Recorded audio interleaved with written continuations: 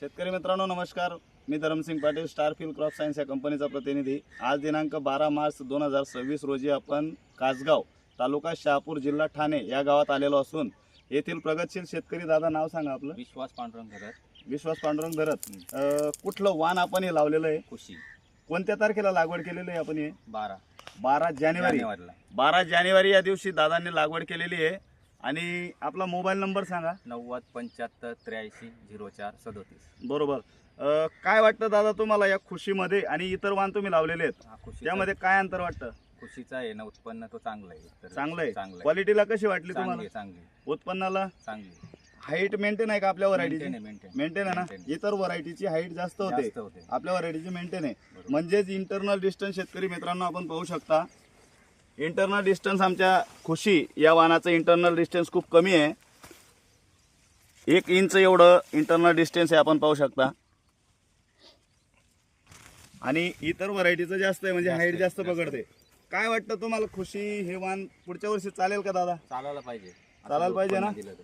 बरोबर। आतापर्यंत तुम्ही समाधानी आहेत या व्हरायटीमध्ये? किती तोडे केले तुम्ही? आम्ही 16-17 तोडे केले। 16-17 तोडे केलेत। शेतकरी मित्रांनो आपल्यासोबत व्यापारी बंधू आहेत, नितीन दादा आमचे मित्र। काय वाटतं साहेब तुम्हाला?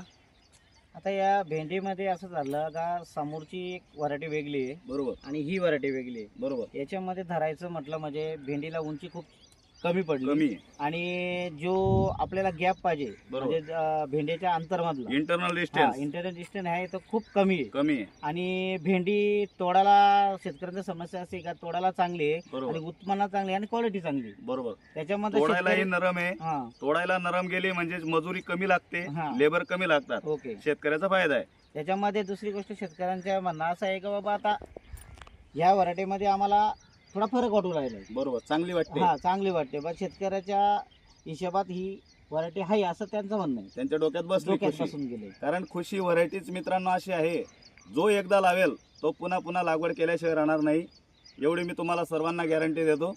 धन्यवाद, थँक्यू दादा। लक्ष ठेवा, प्लॉट तुमचा इतर तुम्ही- कुठली व्हरायटी